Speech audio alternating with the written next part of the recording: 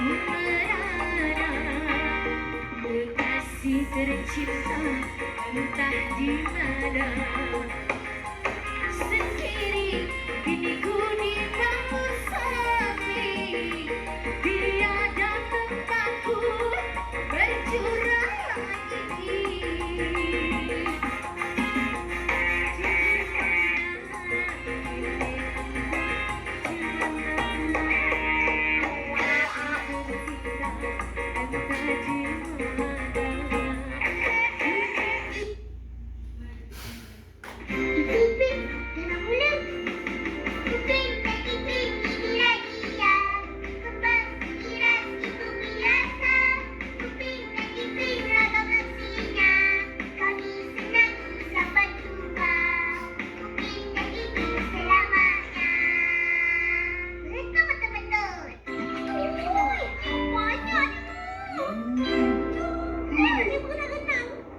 Dua tiga kelapa muda, saya mau tangkap semua.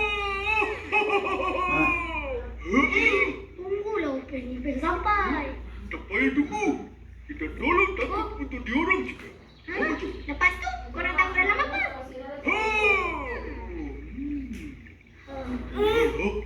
Tak apa, kita tunggu penyanyi Pink. Mana diorang ni?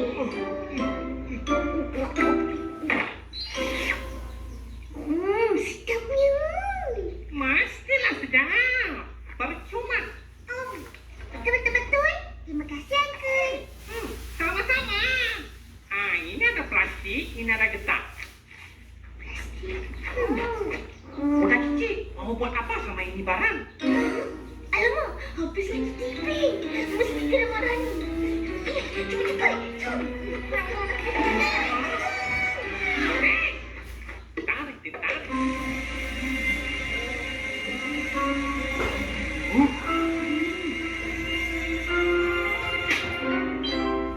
Lapan, 9, 10.